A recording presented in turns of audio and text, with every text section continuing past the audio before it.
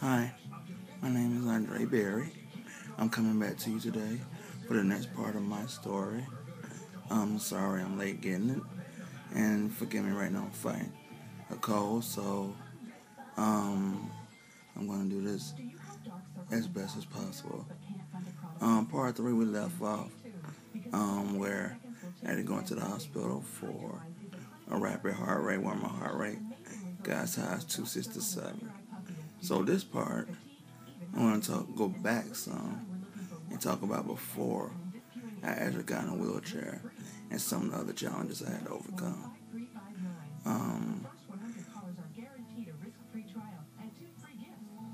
I was molested by my father for the ages of 8 to 10.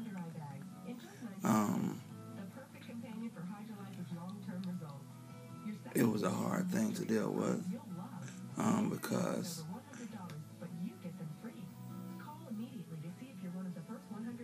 I was just like, why? And I witnessed my dad abuse my mom too. I used to watch him hit her a lot. But back to my part. As I said, I was molested by my father. It went on for 2 years from the age of 8 to 10. I told about it at the age of 10, and I was able to go live with my mom. I wish to this day, because see, I was brainwashed, that I should have. My dad always said, there's nobody out there that cared. I shouldn't be going with my mom in the first place. He always thought that I should have stayed with him. And he had me brainwashed to make me think that whatever he did and everything he did was fine.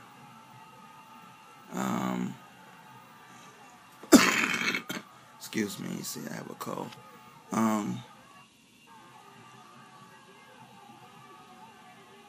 That really kind of weakened me mentally before I got into the wheelchair.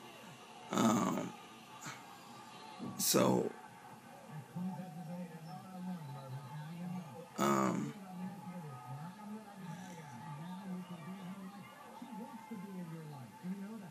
I kind of accepted the fact that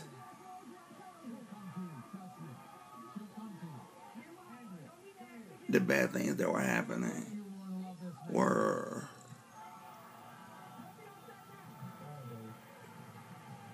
just overwhelming. I went from dealing with that to having the illness. The physical illness come upon me at the age of 10.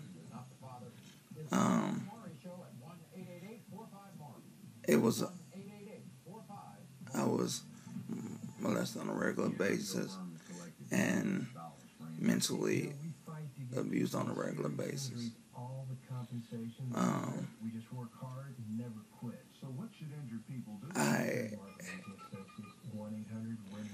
I feel bad for others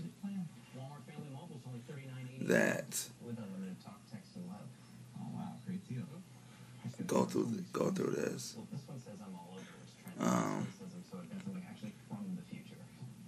But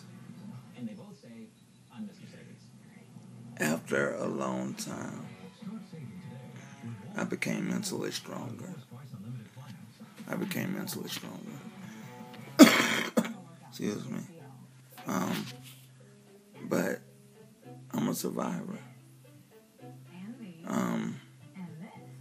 I kept a journal of everything from ages 8 till today, really. And nobody knew I did that. But if I could say one thing that for others who have been a victim of this, always keep a journal, because you writing it down, it's help getting it out of your system. I wish there were laws that kids wouldn't have to go through this, and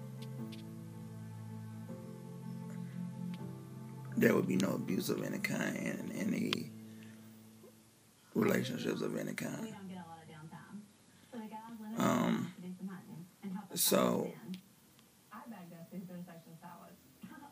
I didn't tell anybody in my school, me and my friends in school, that I had gone through that. But because I was always like, okay, I'm dealing with all of this, and I want to get myself through it. Be nice, being a survivor. And I'm here. Doctors told me I had 6 months to live at the age of 10. I'm here and dealt with everything before the illness. I'm here. So I was always, didn't rely on help. I wrote down everything in my journal. But I knew everything was going to be okay.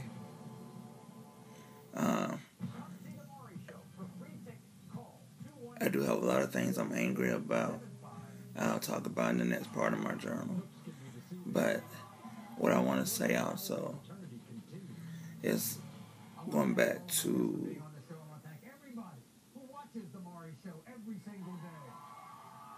after my rapid heart rate situation. I didn't have to go back into the hospital but one more time before I had a longer break from being in the hospital. In 1993, I had to go in the hospital because, with the scoliosis, there were a lot of complications, and I was bleeding through my spinal cord. I was bleeding like a fountain, and then one day I bled for 8 hours straight. So I had to go to the hospital for a 2-day surgery, so they could.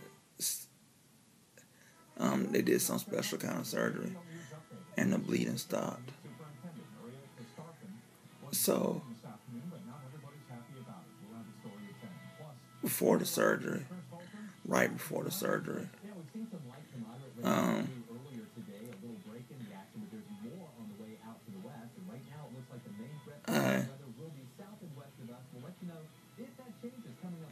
before the surgery, I did do a lot. I did cry because, I was saying to myself, why me?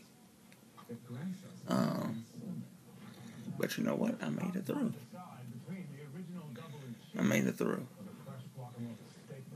If you've been through any type of thing, molestation, you can survive it.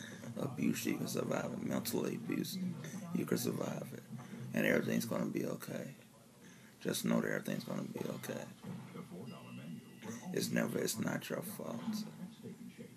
Just know that if anybody needs to talk to, have anything that they're going through, they can feel free to email me or send in a message, and we can see what we can do to stop this type of thing from going on, the abuse from children or things like that. The next part of my story, I will talk about the next part of my hospitalization in 1999, which I believe I had a 6-year break from 1993 to 1999. And things got really dire in 1999. I'm going to take care of this cold, and I will do the next part of my story in the next 2 days. God bless and goodbye.